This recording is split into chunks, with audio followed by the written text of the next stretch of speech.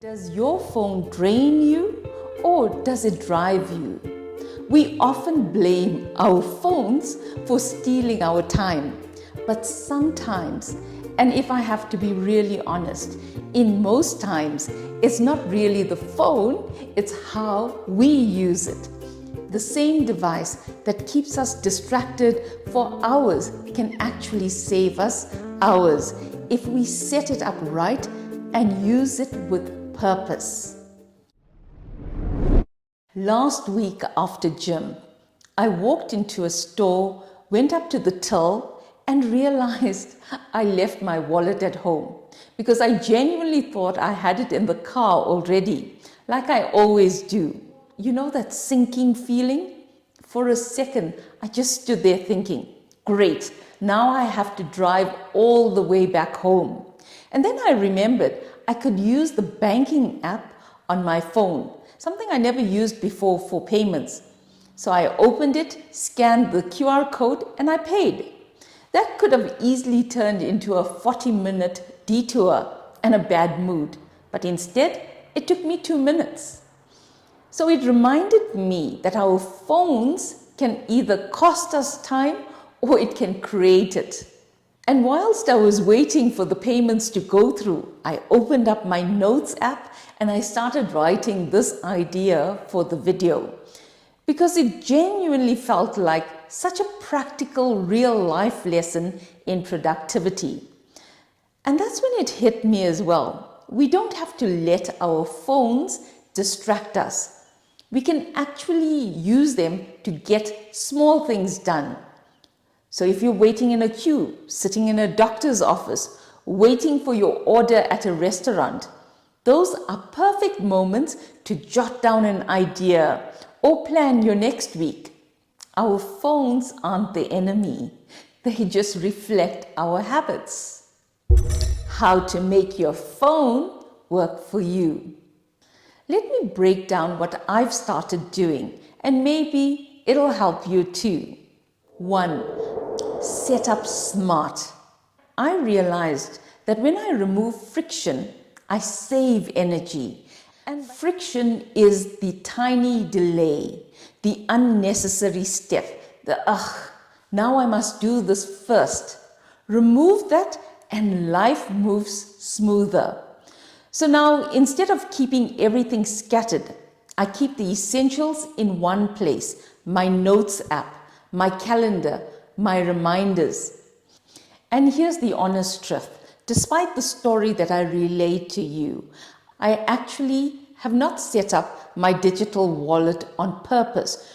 Not because I don't know how to do it, but because I like having control over how I spend. I don't want to tap my phone everywhere without thinking. But this little moment at the till showed me something else. I don't need a digital wallet to use my phone wisely. My phone can still be my backup plan. I could use scan to pay directly from my banking app. No wallet setup needed, and it saves me time, petrol, and frustration. This wasn't about convenience. It was about having a simple system that helps me when I need it. Your systems should serve you, and it shouldn't slow you. 2. Use it with intention. So we all have those moments when we grab our phones out of habit. We scroll, we refresh, we scroll again. Now I try to use those same few minutes differently. If I'm waiting somewhere, I'll reply to a message that I've been meaning to send. I'll write a line for a script or just pause and plan my next task. 5 minutes of intentional use beats 50 minutes of mindless scrolling. 3. Declutter your digital space. This one's still a work in progress for me, but it really helps. A messy home screen feels like a messy desk. So I started deleting the apps I don't use, turning off unnecessary notifications, and keeping just what actually helps me.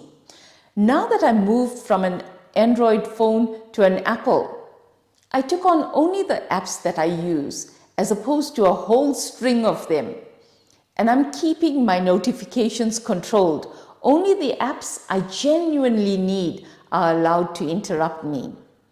I don't need to use my phone less. I just need to use it better and more effectively. So that day in the store made me realize something simple. Productivity isn't about doing more. It's about removing friction. And sometimes the smallest system, like using your banking app or jotting down a quick note, saves you from losing focus or time later. So the next time you catch yourself scrolling mindlessly, ask yourself, could I use this moment for something that actually helps me? Because every time you use your phone with intention, you prove that productivity can feel calm, not chaotic. So try this today. Pick one small thing in your daily routine that feels clumsy or slow and fix it using your phone. You'll be surprised how freeing that feels. If this helped you rethink how you use your phone, let me know in the comments. I'd love to hear how you use those little pockets of time during your day. I'm Mayan Reddy, helping you beat burnout one smarter system at a time. And remember, you matter.